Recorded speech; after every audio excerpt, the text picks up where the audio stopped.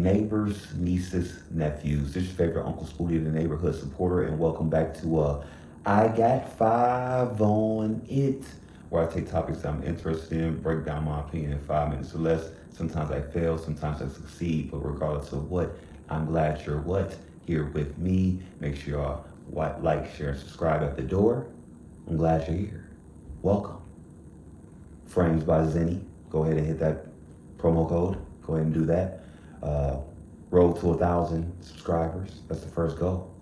Long way to go, but your help will be very, very necessary and very, very appreciated. If you have been scrolling on the net, you will see that unfortunately the Jayz tickets cost an arm, leg, and kneecap. And unfortunately, I won't be there. So I will have to catch the highlights on the YouTube or via streaming services. And the first glimpse of that was the GQ interview. And shout out to the young man that interviewed him. I don't know, I think he's of age, but the boy looked young as fuck. He on his Pharrell shit. If he's above 20 or some shit like that, he's on his Pharrell shit. He's young as fuck, but very, very, very, very well done interview, sir. I wonder how that happened, their little link up.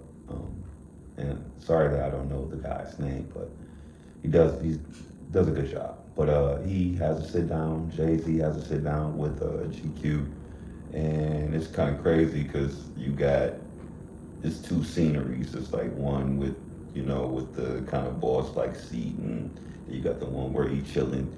Jay got the big ass beanie on and shit like that. So very relaxed, very comfy, the vibes, so I would say it was a pretty good interview. They talked about the Kendrick and Drake. He kind of said he don't like, the battling. That kind of took me for, you know what? It took me back at first, and then I was like, you know what?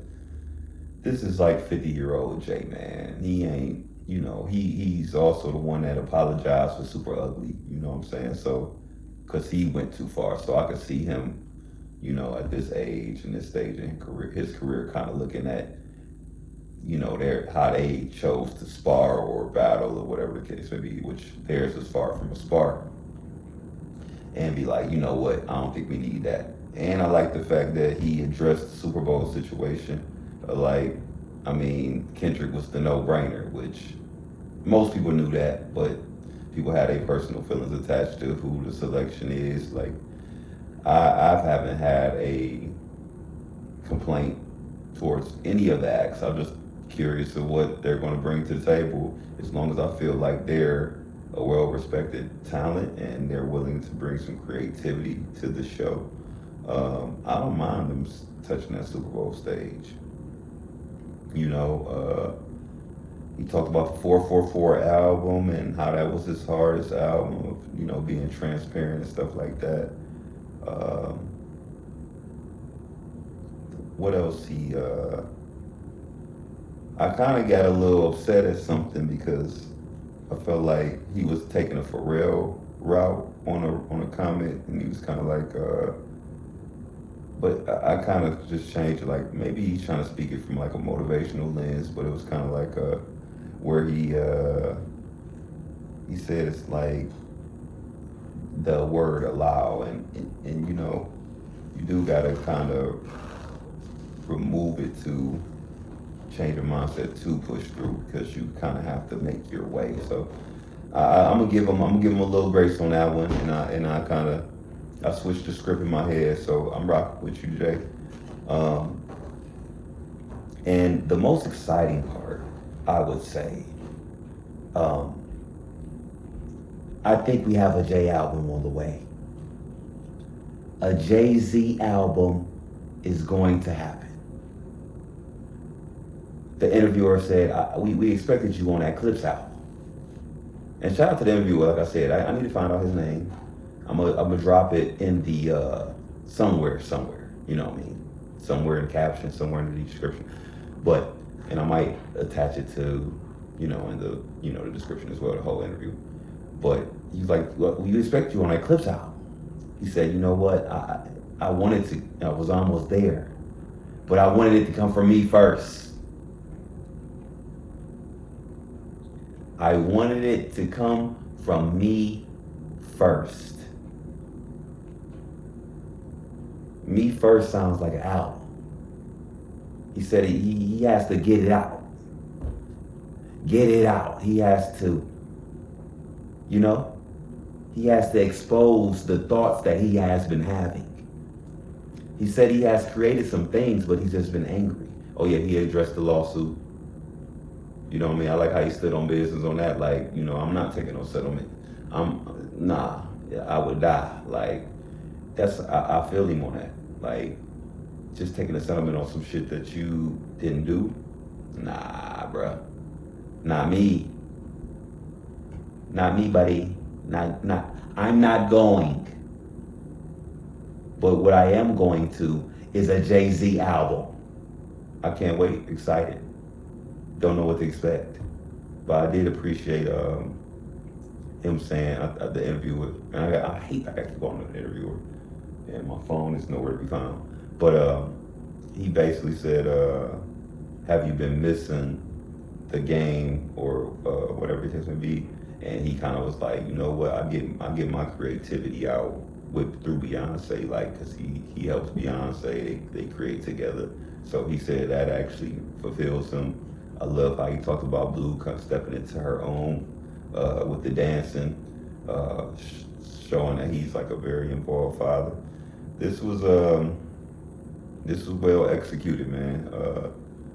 Like I said, that he put the two dots above that Y for a reason. I feel like this he on to something. First it was Roots, then it was the Reasonable Doubt and Blueprint anniversary. Now it's an album coming, and they did add a third date. Unfortunately, my subscribers aren't where they need to be, and my monetization is not where they need to be. So I will not be in attendance unless there is some miracle that happens. Okay, you never know what happens. You know, I would love to be there, but who knows what the future holds. But well done interview. Excited for a Jay-Z album. Well needed, especially in this time. I feel like substance is really at the forefront of hip hop. Damn, he said something else that kind of had me bugging out a little bit during this interview. I know he talked about the Drake and Kendrick. Damn, what else was it? The Blue. This is why you write shit down, ladies and gentlemen. Step one as a content creator, write shit down. You know what I mean? Because you have moments like this where you feel like you're missing something. You know, brain fog, all that good shit. But no, great interview, well executed. Way to release some shit in the midst of your shit getting sold the fuck out. $500 nosebleed tickets. This is, I don't even understand how this is happening right now. You know, I'm from the age, if you can't buy it twice, don't buy it. I know people are putting them tickets away. You know, I almost got irresponsible my damn self, but I can't afford that. No, cannot. Sorry, ladies and gentlemen. But shout out to everybody that can.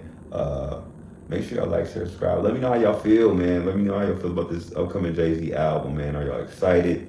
Should he just leave it alone? He said enough. 444 was the end all, be all. Or y'all ready to hear what he got to say next, man? There's so much things that happen to him, his career, his family, so many things he has seen. Like, he can brag about Blue, he can brag about Beyonce, he can brag about so many things. He can talk about so many things that's going on right now. And hopefully he does touch it in a way that is creative and, you know, in a way that can be digested for everybody and kind of like echoing within communities and stuff like that. But make sure y'all like, share, and subscribe. Let me know how y'all feel in the comments. Can't wait to see y'all again next time. Peace.